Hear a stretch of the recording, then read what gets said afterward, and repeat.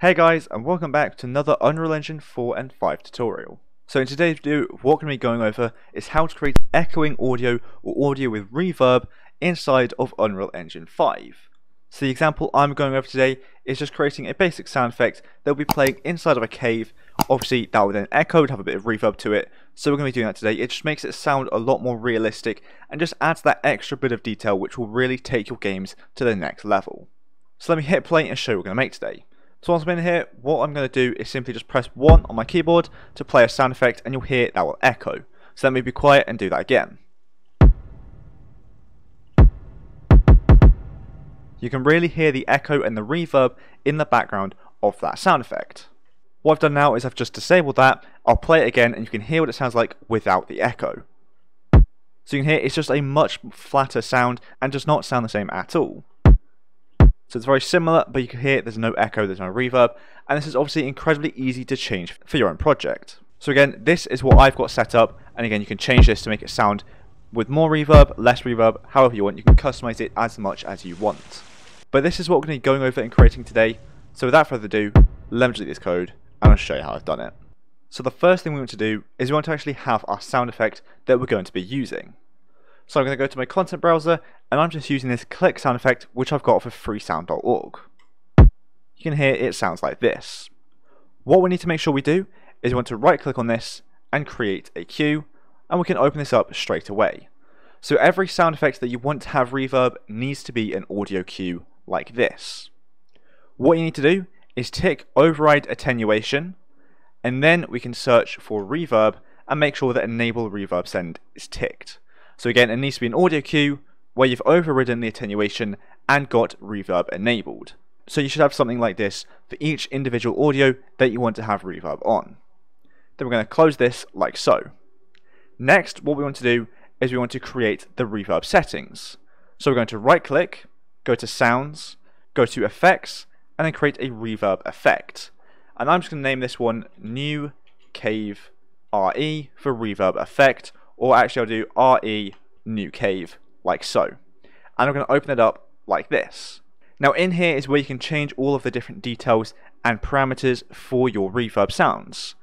Now this is where it really comes in handy to know a lot about audio, because obviously this will help you determine how you want it to really sound. But the main one you're going to want to focus on is the decay time here, as this is essentially how big the room is. So the larger the number, the larger the room. So I'm going to set mine to roughly 15, as this is a massive room I'm in. You can see this is just a completely massive cave. So to be honest, I could probably even go a little bit higher, even 20, and I could continue going up and up. Now I'm setting it as a high value because again, I've got a big cave, and also because I want it to be very obvious I've got the reverb on here for the purpose of the tutorial. But for you, you can just mess around with all of these values, see what works best for you, and just get the perfect values for your project and for your area. And because I've named this one new cave, what I can do is I can create a new one for a different room. So this could be for a cave, and I can create a new one for a bathroom, for example. If you want an echoey bathroom or an echoey tunnel, whatever, you can have these all have different effects.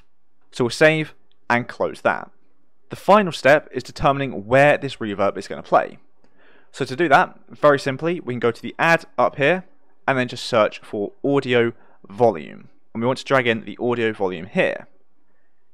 Under here, you can immediately see we have reverb in the settings. We obviously want apply reverb ticked, and the reverb effect is going to be the one we just created.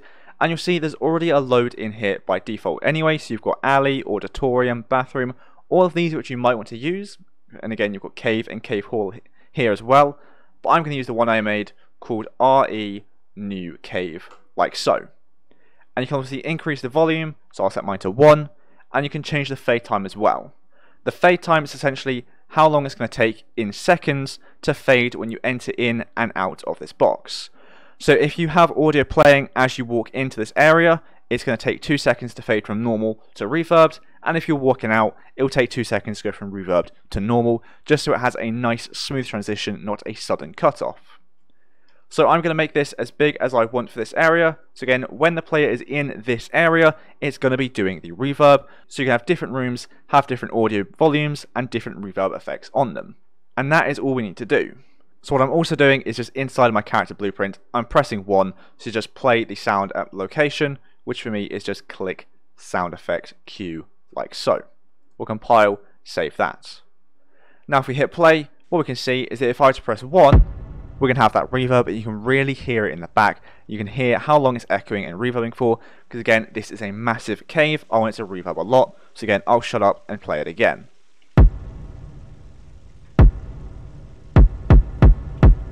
You can really hear the reverb there, and if I were to walk over here, what we'll hear is that we shouldn't have the reverb. If I keep doing it until we get too far away, we're no longer going to hear the reverb like so. And you also heard it did fade out as well. So if I keep doing it as walking in,